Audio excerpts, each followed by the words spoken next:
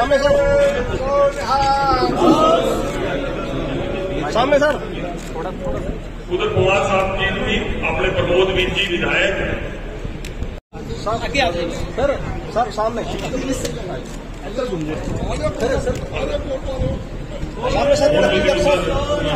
कुमार साहब अर्चना जी जिला अध्यक्ष ने साडे, अवनीत कौर जी साडी मेयर है।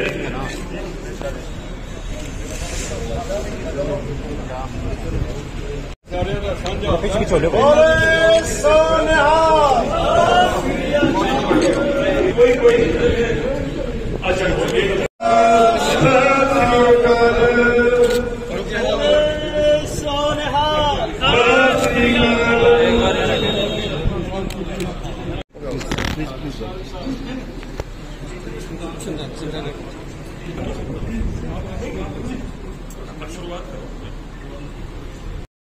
उस वारी भी पहुंचे सी ते आपने बहुत ही संगतां नूं सपोर्ट भी दी। सम्मानित मैनूं याद आंदा मोहनजीत सिंह जी मैनूं लैके आए सी, असीं सीएम साहब नूं रिक्वेस्ट की थी।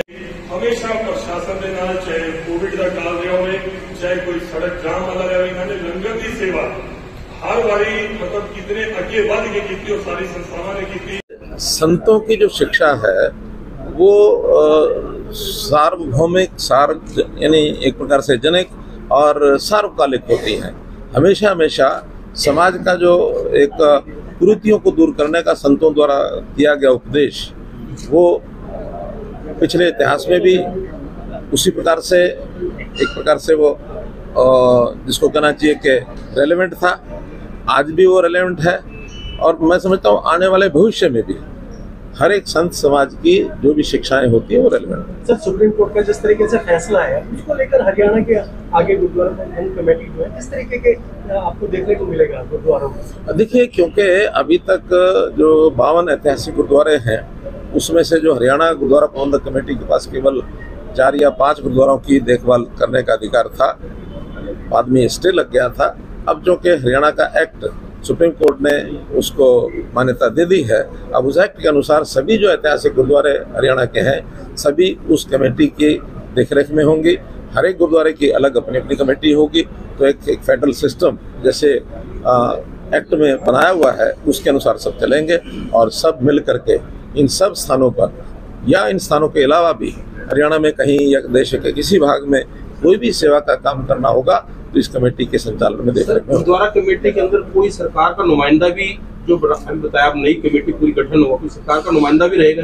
अच्छा, उसमें एक कमीशन बनेगा, एक अथॉरिटी बनेगी, वो सरकार उस एक्ट के आधार पर बनाएगी। बाद में फिर गुरुद्वारा प्रबंधक जो हरियाणा से गुरुद्वारा प्रबंधक कमेटी उसका चुनाव विधिवत होंगे और चुनाव के बाद ये सारे विषय आएंगे।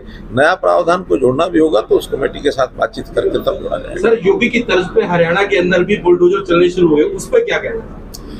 देखिए, तर्ज किसी की नहीं होती, हर एक स्टेट का अपना काम होता है कि वहाँ जो अनवांटेड एलिमेंट होता है, जो अवांछित तत्व होते हैं, जो समाज में तरह तरह के अपराध करते हैं, ऐसे अपराधियों को चेक करने के लिए प्रशासन का अपना काम होता है। प्रशासन अपने हिसाब से अपना काम करती है। पिछले दिनों से ऐसे सब लोगों को पर शिकंजा कसने के लिए हमारा प्रशासन जो कार्रवाई कर रहा है, मुझे लगता है इसका एक मैसेज गया है।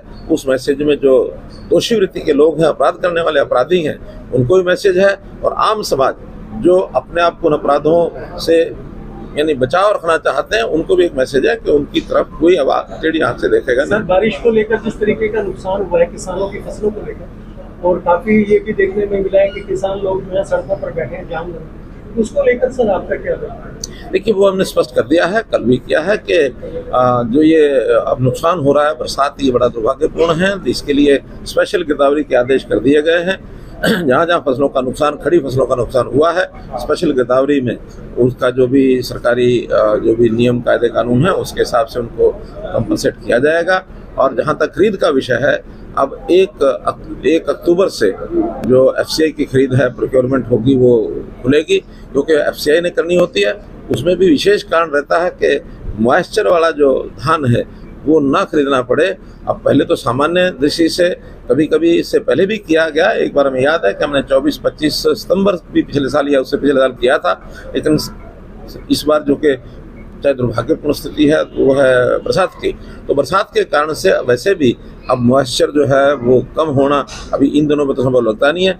1 अक्टूबर से जो भी पैरामीटर्स हैं खरीद के उसको पूरा करते हुए जो धान आएगा, जो भी फसल आएगी, उन सबकी प्रोक्योरमेंट। सर एक अंतिम बाबरपुर का नाम नानकपुर का प्रस्ताव रखा जा रहा है, उस पर क्या कहना है? अच्छा है, इतिहास में जो गलतियां हुई हैं, जो भी कुछ उसको ठीक करना हर सरकार का काम होता है।